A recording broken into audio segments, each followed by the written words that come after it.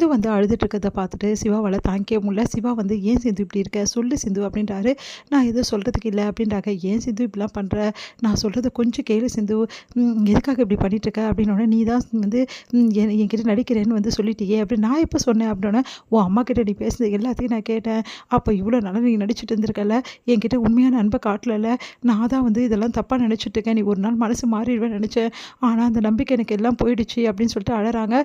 உனக்கு சிந்து நீ தப்பாக புரிஞ்சுட்ருக்க, என் அம்மாக்காக நான் வாய் மூடிட்டு இருந்தேன். என்ன காரணம்னா அவங்கக்கிட்ட நான் சொல்லணுன்னா எல்லா விஷயத்தையும் சொல்லணும், அதுக்காக தான் நம்ம ஏன் அப்படி பண்ணோம், ஏன் உண்மையை வந்து சொல்லலை அப்படின்னு சொல்லிட்டு நம்ம வந்து பஞ்சாயத்தில் அதெல்லாம் சொல்லணும்ல, அதுக்காக தான் அப்படி பண்ண சிந்து, வேறு எந்த காரணமும் கிடையாது.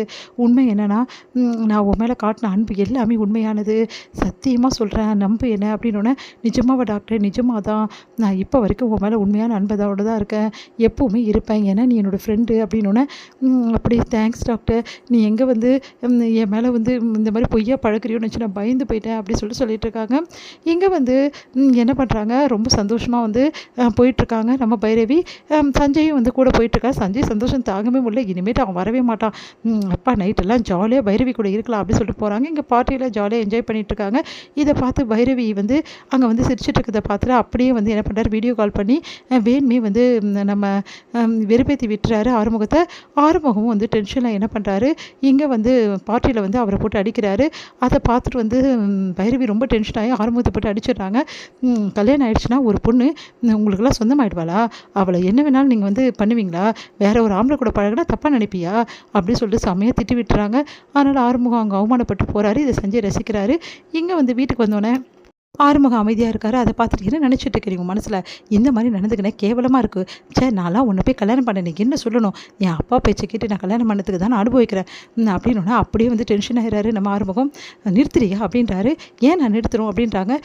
அந்த சஞ்சய் நல்லவன், அப்போ நான் கெட்டவன்றியா, ஆமாம் நீ கெட்டவன் தான், இப்படி நடந்துக்கிற கேவலமாக, நான் எதுக்காக அடித்தேன்னு தெரியாமல் உன் விஷயத்துக்கு பேசிகிட்டு இருக்கல, நான் எதுக்காக அடித்தேன்னு உனக்கு தெரியுமா அப்படின்னோடனே, எதுக்காக அடித்தேன், என்னையும் அவனையும் சந்தேகப்பட்டு அடித்தேன், நான் சந்தேகம்லாம் படலை, அவன் உன் கூட டான்ஸ் ஆடினத்துக்கும் நான் அடிக்கலை, ஆனால் அவன் பண்ண வேலைக்கு தான் அடித்தேன், வேணும்னே வந்து எனக்கு இந்த மாதிரிலாம் பண்ணான் அப்படின்னு சொல்லிட்டு நடந்த விஷயத்துக்கு எல்லாத்தையுமே ஆறுமுகம் சொல்கிறாங்க.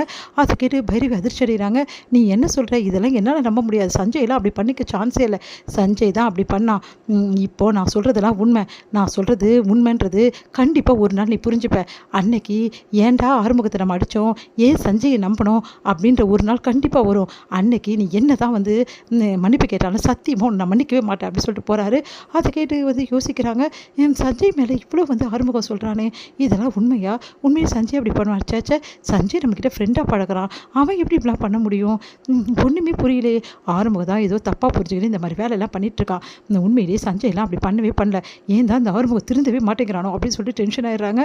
இங்கே வந்து சஞ்சய் ரொம்ப சந்தோஷமாக இருக்கார்.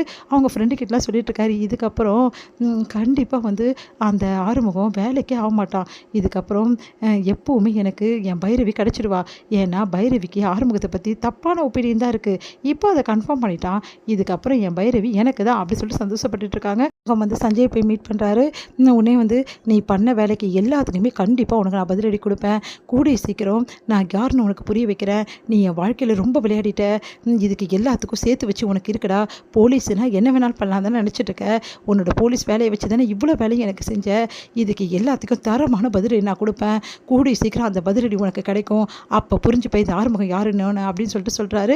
அதை கேட்டு சஞ்சய் டே இப்போ எனக்கு தெரிஞ்சு போச்சுடா நீ யாருன்னு சொல்லிட்டு, இப்போது பைரவி உன்னை பற்றி தப்பாக நினைக்கிறாங்க, எனக்கு அது போதும், அடுத்தவன் பொண்டாட்டிக்கு அலையிறையே, நீ எல்லாம் ஒரு கேடு கெட்டவனாக தான்டா இருப்ப, ஓவராக பேசாதடா, நான் அப்படி தான்டா பேசுவேன், பைரவி ஏன் பொண்டாட்டிக்கு நீ வந்து ஆசைப்படுற, உனக்கு அசிங்கமாக இல்லை, பைரவி உன் கூட விருப்பம் இல்லாமல் வாழ்கிறாடா, அப்புறம் நான் என்ன பண்ண முடியும் அப்படின்னு, அவள் விருப்பம் இல்லாமல் வாழ்கிறான்னு உங்ககிட்ட சொன்னாலா, இதுக்கு சொல்கிறதுக்கு என்ன இருக்குது பாரு, எல்லார் மடியும் சபையில் உன்னை போட்டு அடித்தா, அப்போவே தெரியல உன் மேலே அவளுக்கு எந்த வந்து விருப்பமும் இல்லைன்னு சொல்லிட்டு, இங்கே பார் நான் அவள் தப்பாக புரிஞ்சுக்கிட்டு அடித்தா, ஆனால் ஒரு கட்டத்தில் உன்னை பற்றி முழுசாக அவள் புரிஞ்சுப்பா, அப்போ தான் இருக்குது உனக்கு பைரவி யாருன்னு அப்போ தெரியும் உனக்கு, இப்போ நீ பார்த்ததெல்லாம் பைரவி கிடையாது, நீ நம்பிக்கை துரோகம் நீ பண்ணியிருக்கல, அதுக்கு நீ மாட்டுவிடா பைரவி கிட்ட அப்படின்றாரு. அதையும் பார்க்கலாம்டா அப்படின்றாரு இவர்.